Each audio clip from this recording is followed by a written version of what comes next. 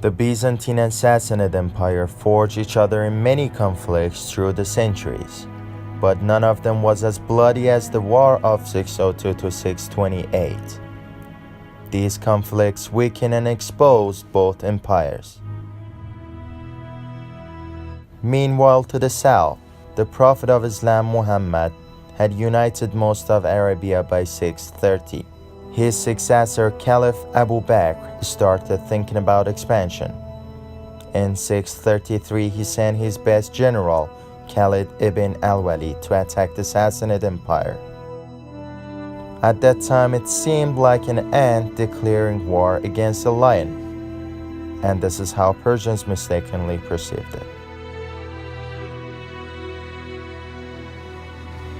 So before the battle, the Caliphate studied everything about Persian military. They knew the number of people in the battle, they knew everything about them. They knew their religion, they knew their history, and basically everything.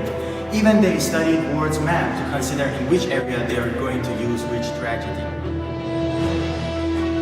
Arab commanders had calculated the flow of the resources in the battlefields and prepared themselves. Basically, the Caliphate commanders understood where to strike and choke the Persians and where to avoid them.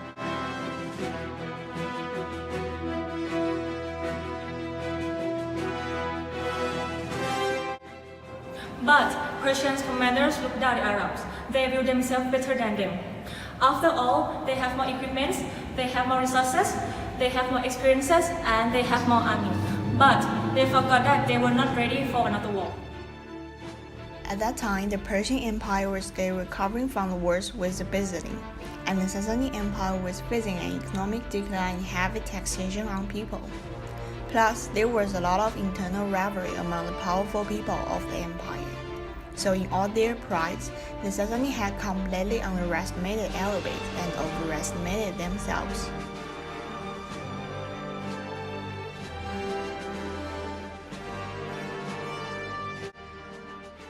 General Khalid ibn al-Walid entered the empire with just 18,000 troops, where on the other hand, Persians had a great army, but al-Walid won the battle. His strategy was the use of deception. He would completely rearrange the position of his troops at night and equip them. He would also order his cavalry to retreat behind hills and attack when Persians didn't expect. Once again, the two armies met each other in a field between two hills. The Sassanid lost more than 20,000 warriors. Al-Walid continued moving to the west. However, moving into the center of Persian Empire was still impossible. The only significant victory for Persians called the Battle of Bridge.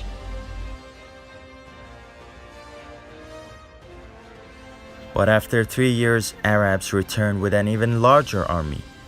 In 636, a Persian army of between 60,000 to 100,000 soldiers camped at the town of Qadisiyah and blocked any further entrance to Mesopotamia. Persians gathered their greatest generals backed by heavy cavalry and even war elephants.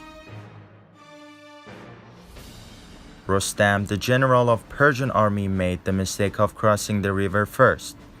This strategy gave no room for any kind of withdrawal. So when his forces were backed against the river, thousands of Persian soldiers tried to swim in the river and drowned.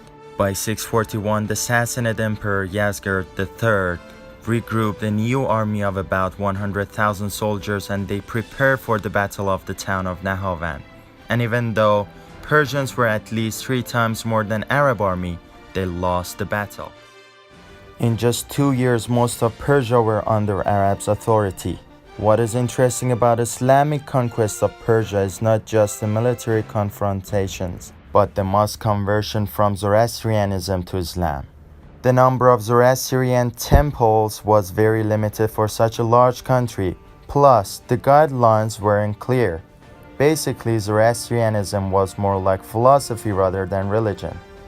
One more important factor is that Zoroastrianism wasn't that different from Islam. When the Quran, Muslims' holy book, was translated into Persian, the Iranians saw a familiar religion, one that was more accessible than Zoroastrianism.